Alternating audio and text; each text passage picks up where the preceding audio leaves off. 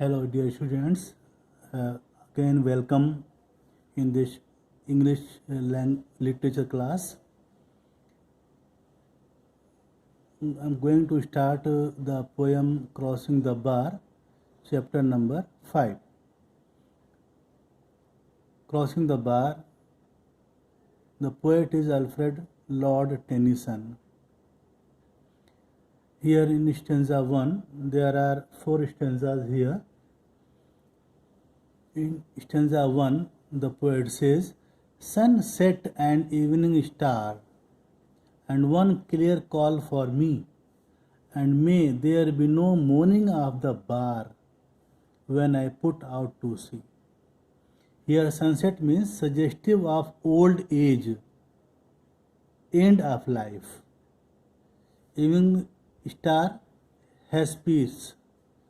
Planet Venus associated with calmness. Hesperus, evening star. Planet Venus associated with calmness. The poet says the poem opens on a calm and gentle note. The poet refers to the sunset and the evening star that appears in the sky early. He says that he hears a clear call, and one clear call for me. He says that he hears a clear call for him to start his voyage to the unknown.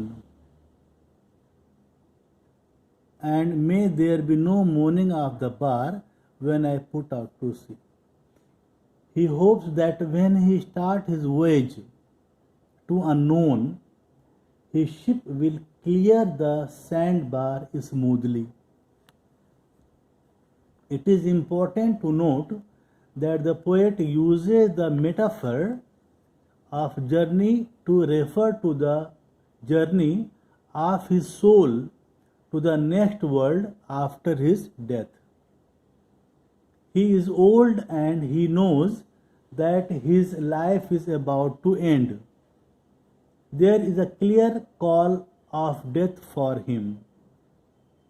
His only wish is that when his journey to the next world starts, he will have no cares, no mourning, no cares and anxieties or worries. In other words, he wants to face death calmly.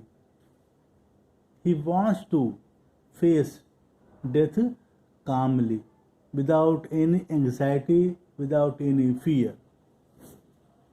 In stanza number 2, he says, "But such a tide as moving seems asleep, too full for sound and foam, when that which drew from out the boundless deep turns again home. A ship sailing from the harbor is smooth." A ship sailing from the harbor is smooth when there is full tide. When the tide is full, a ship sails very smoothly. Then the ship easily crosses the sandbar. The poet's wish is that the tide should be such as makes his voyage smooth. His wish is that the tide should be such as makes his voyage smooth. He wants the movement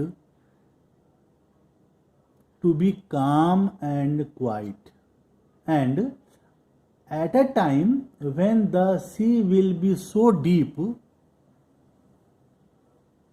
that there will be hardly any sound and high waves. What the poet wants to say is that when his soul starts his journey back to its home from where it came, His journey into the unknown should be smooth. In other words, he wants to be free from doubts and fears, sound and foam. Sound and foam means without doubts and fears. The reference to doubts and fears is significant. Like many other men of his age, Tennyson too was troubled by the ideas of science, which shook the very foundation of religion, Christianity. Here in the poem, he wishes to die with his faith intact. He wants to die without any doubt or fear. In stanza number 3, he says, twilight and evening bell, and after that the dark, and may there be no sadness of farewell when I embark. The poet compares the approach of death to twilight and darkness to death. He knows that darkness will follow the twilight.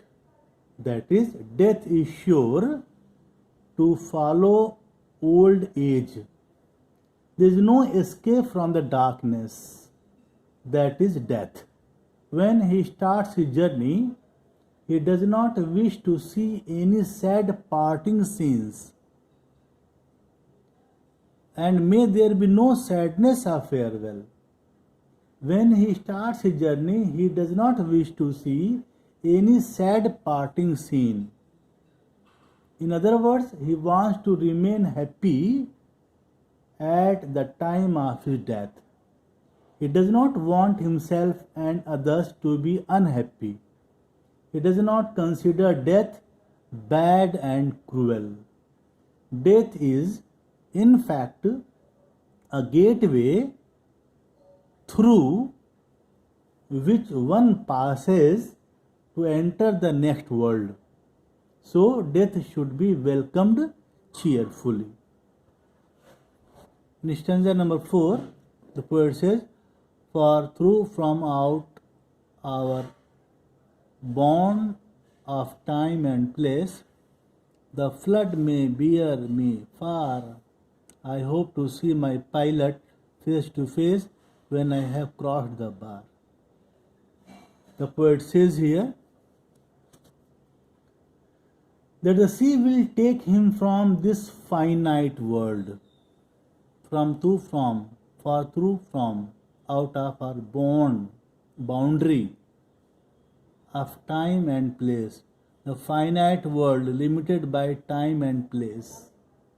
The poet says that the sea will take him from this finite world, limited by time and place, to his distant destination. When he has crossed the sandbar, he is sure to see his pilot face to face. In other words, when the poet has crossed the boundary that divides this life from the next, he hopes to see God face to face. Pilot means God here. He calls God his pilot because God guides man through life and death.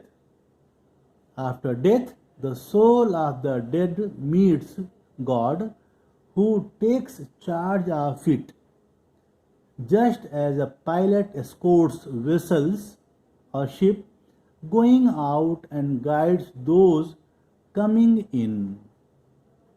He says, I hope to see my pilot face to face when I have crossed the bar.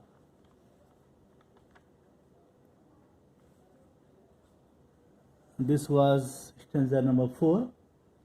Here, students, you can see the main thing in this poem is that faith in God is very important in life. It is this faith which helps us live life meaningfully. It is this faith which strengthens us to face death, which is inevitable and inescapable. In Tennyson times, people were facing a crisis of faith in the wake of Darwin's theory of evolution and many other scientific discoveries. Tennyson has himself been troubled by the conflict between religion and science. Here in this poem, he seems to have overpowered all doubts in his mind. That is why he feels that after death, he is sure to see his pilot, means God, face to face. Death will enable him to meet God, whom he rightly calls his pilot.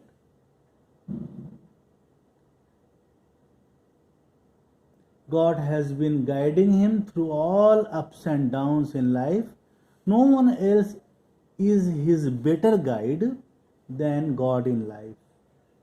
It is again God who will help him through death. This is the end of the poem.